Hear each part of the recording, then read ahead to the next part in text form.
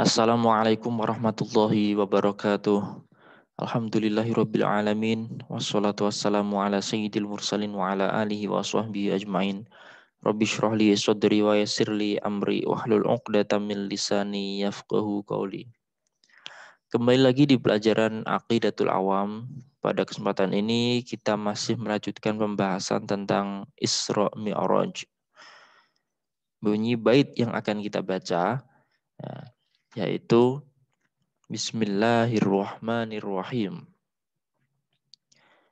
Wa balaghal ummata bil isra'i wa fardi khamsatin bilam tirai qad faza siddiqun bi tasdiqin lahu wa bil uruji sidqu wa fa'ah lahu. Nah, dua bait ini dibaca terlebih dahulu kemudian diartikan. Wa ballaghul ummata bil isra'i, dan Nabi telah menyampaikan kepada umatnya tentang Isra. Diartikan Isra, ya, di pertemuan lalu sudah dibahas, yaitu perjalanan malam Nabi dari Masjidil Haram ke Masjidil Aqsa. Wa ballaghal ummata bil Isra'i, dan Nabi telah menyampaikan kepada umatnya tentang Isra, tentang peristiwa Isra, perjalanannya dari Masjidil Haram ke Masjidil Aqsa. Wa fardhi khamsatin, dan diwajibkannya sholat 5 waktu. Bilam tiroi, dengan tanpa keraguan. Dengan tanpa keraguan. Nah, kita nggak ragu kalau Nabi telah menyampaikan peristiwa yang dialaminya.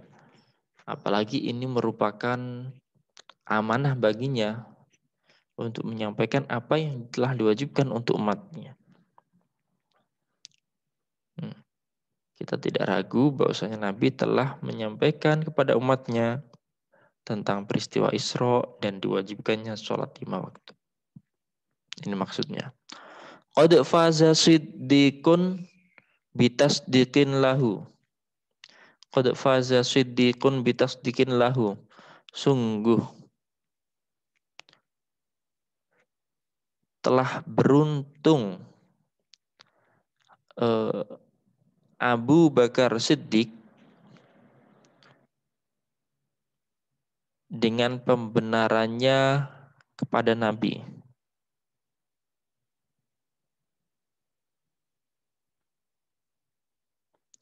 Wabil uruji as-sidqu wa fa'ahlahu. Dan dengan Mi'rajnya Nabi, Mi'raj apa Mi'raj? Perjalanan atau naiknya Nabi Muhammad ke langit, ke Sidratul Muntaha. Wabil uruji, dan dengan wabil uruji sidqu ahlahu, sidqu wa fa'ahlahu, dan dengan Mi'rajnya Nabi, Abu Bakar pun membenarkannya. Nah, jadi sahabat Abu Bakar adalah sahabat yang beruntung, bukan sahabat yang rugi. Sahabat Abu Bakar adalah sahabat yang beruntung karena membenarkan apa yang terjadi kepada Nabi Muhammad SAW tentang Isra dan Mi'raj. Ya. Jadi peristiwa Isra dan Mi'raj ini adalah peristiwa yang luar biasa. Peristiwa yang tidak terjadi oleh siapapun dan dinalar akal. Pada waktu itu banyak orang yang mengingkarinya. Setelah Nabi Muhammad SAW sampai ke Masjidil Haram dan menceritakan kepada orang-orang. Namun sahabat Abu Bakar, beliau membenarkan apa yang dikatakan Nabi Muhammad SAW. Nah, kisahnya ini nanti ditulis ini. Kisah ini adalah kisah yang penting. Abu Bakar As-Siddiq merupakan sahabat yang pertama kali mengimani Isra Mi'raj. Pertama kali. Abu Jahal pada waktu itu dia ingkar, menertawakan. Banyak orang-orang pada saat itu yang diuji dengan hal ini. Bahkan ada sebagian orang-orang Muslim yang sampai murtad karena kurang percaya apa yang dialami Nabi Muhammad SAW.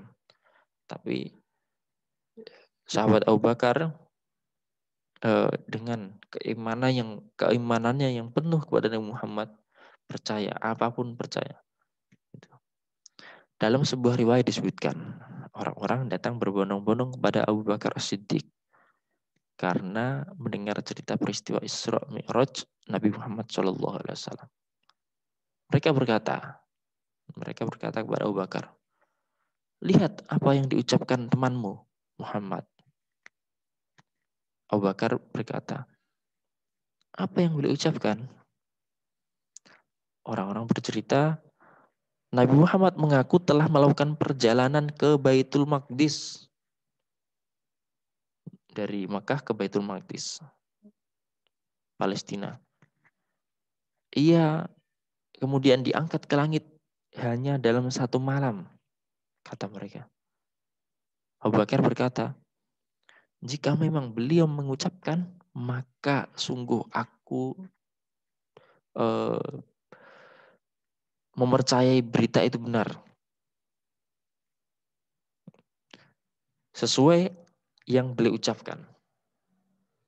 Bahkan sekalipun lebih aneh dari itu, sahabat Abu Bakar kepercayaan penuhnya kepada Muhammad sampai seperti itu. Nah, maka dari sinilah Abu Bakar mendapat julukan As-Siddiq, yakni orang yang membenarkan, percaya kepada Nabi Muhammad SAW. Sahabat Abu Bakar ini adalah sahabat yang paling mulia di antara sahabat-sahabat yang lainnya.